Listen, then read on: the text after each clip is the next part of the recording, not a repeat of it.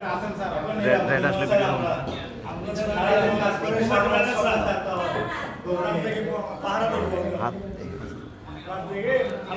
এখন শুনেন, গরু লালন পালনের বৈশিষ্ট্য আছে, কয়েকটা জিনিস একটু খেয়াল রাখতে হবে।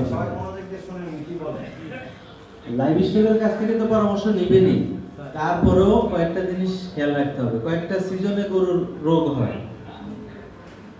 কেমন? আমি যখন স্টুডেন্ট ছিলাম তখন কিন্তু আমাদের বাড়িতে দুটো গরু ছিল। এই গরুর লালন পালন আমি নিজে করতাম। কথা বুঝছেন?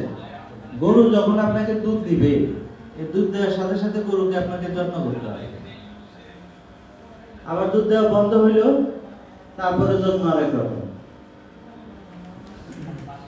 আবার যখন গরুর পেটে বাচ্চা আসবে, তখনকার যত্ন আরেক রকম। কথা বুঝেছেন? আপনি ঘাস খাওয়াচ্ছেন, এই ঘাস খাওয়াইলে দেখতে হবে ঘাসের গুণগত মানটা ঠিক আছে কিনা।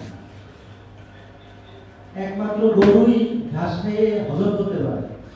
আমরা তো শাক খাই, শাক খেয়ে আমরা হজম করি না।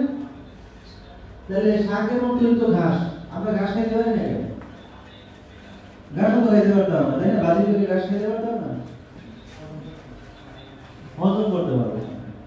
গরুই হজম করতে পারবে। গরুর সাথে অন্যান্য যে প্রাণী আছে, হাতি, ঘোড়া বা যেগুলা ঘাস খায়, ওই জাতীয় প্রাণীগুলা পারবে। আপনি কোন সময় গরুকে